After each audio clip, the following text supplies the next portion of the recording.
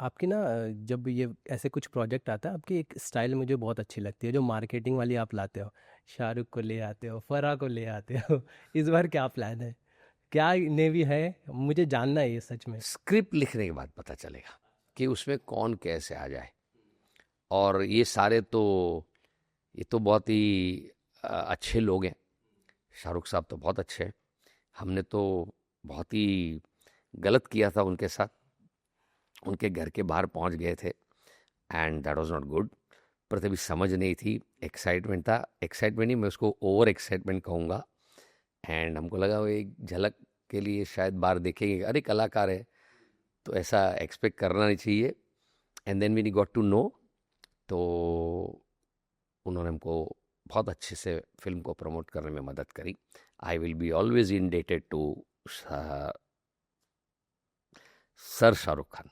Is such a good eye, such a gentleman. Yes sir, magic बताइए ना, वो क्या है आपका वो मैजिक जो डी फराह को कैसे आप कन्विंस हैं? फरा फरा स्कूल कॉलेज से दोस्त है। तो फरा दोस्त है और हम एक डायरेक्टर का रोल है। Such a fine human being she is. वो हमेशा दोस्तों की दोस्त है। कहीं भी देखो फरा को, फरा क्या ना अपनी सक्सेस को ना अपने सर पे लेके नहीं घूमती है।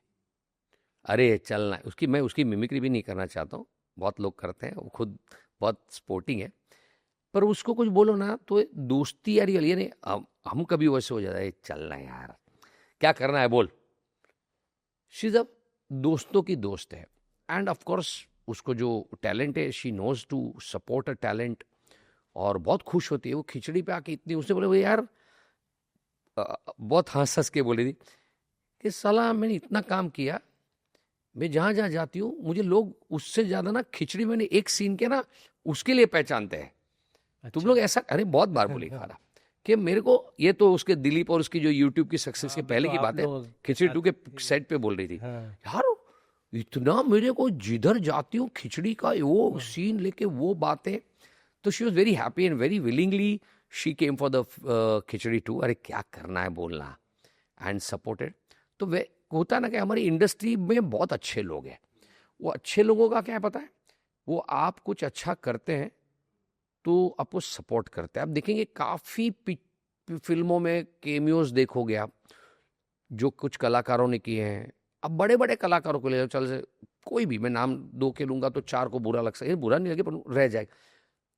वो ये इंडस्ट्री का एक एक अच्छा साइड भी है। वो मदद करते हैं उन लोगों की जिनके काम की वो रिस्पेक्ट करते हैं, जिनका काम उनको अच्छा लगता है, जो हार्ड वर्किंग लोग हैं, जिनका व्यवहार अच्छा है। You will always find there will be lot of people to support, and we are always thankful to God. God has been kind कि हमारे काम ने हमको बहुत सारे फैंस इन द इंडस्ट्री, अपनी वर्किंग जो फ्रेटर्निटी है उसमें बहुत हमारे फैंस हैं। सारा भाई, खिचड़ी, हमारे जितना काम है, क्या नाम लूँ मैं, हमारे जितने शोज हैं उसके। True true. सर, अभी रिसेंटली आपने जो भी जिक्र किया, आप छोटे में ख़त्म कर दिया। फरा के साथ आप लोगों का जो वीडियो आया था, बहुत ज़्यादा प्यार मिल रहा है उसको।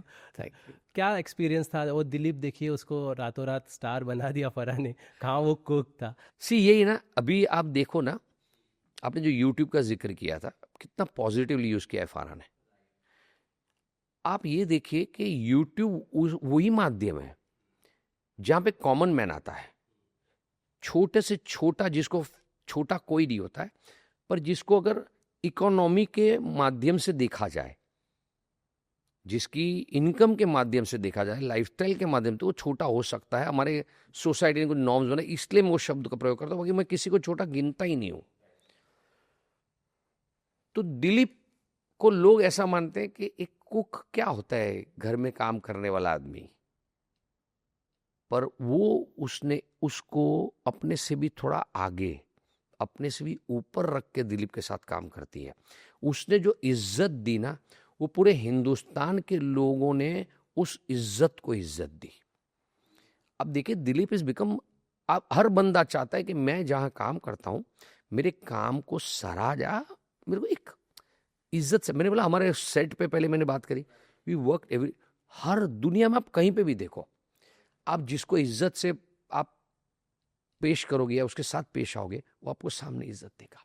तो ये कॉमन मैन ने ऐसा कनेक्ट किया दिलीप के साथ खाने की बात को लेके, और फराह हर्सल बीइंग अ सेलिब्रिटी, तो सेलिब्रिटीज आते हैं तो उनके फैंस आते हैं, उनको दिलीप बहुत क्यूट लगता है और फराह बहुत अच्छे से मेहनत करती है उसको, और फराह को मालूम है कि एंटरटेन कैसे किया जाता है।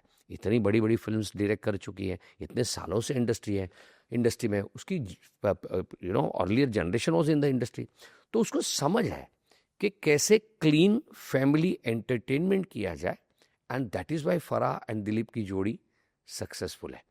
वो मस्ती भी करती है पर दिलीप को बहुत प्यार करती है, और वो दिखता है आपको।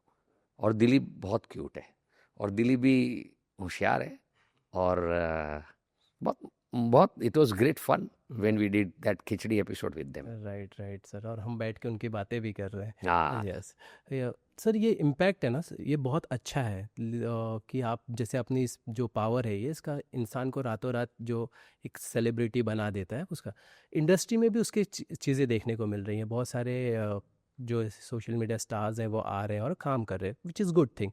बट इससे प्रॉब्लम एक चीज़ आ रही है ना, फेस हो रही है इंडस्ट्री को, शायद आपको भी आइडिया हो कि कास्टिंग में काफ़ी इम्पैक्ट कर रहा है, क्योंकि उन्हें चूज़ किया जा रहा है रेदर देन जो एक अच्छा आर्ट होल्ड करते हैं, एक क्राफ्ट होल्ड करते हैं, उन आर्टिस्ट के तवज्जो पे जो मेकर्स हैं वो उन्हें तवज्जो दे रहे हैं ज़्यादा, जो जिनके ज़्यादा फॉलोअर्स हैं, या जिनके ज़्यादा फॉलोअर्स हैं। वो ट्रेंड खत्म हो जाएगा। ये बहुत क्या होता है, देखो सभी लोग ना यहाँ ये देखते हैं कि पॉपुलर क्या है, थोड़े वक्त तक वो चलता है, लॉन्ग लास्टिंग सिर्फ टैलेंट चलता है। ये टैलेंट की इंडस्ट्री है, आप कोई भी लाइन में देख लो, और वो बदलाव के लिए और टैलेंट को भी खरा उतरने के लिए ऐसी कंपटीशन में रहना ही पड़ता है।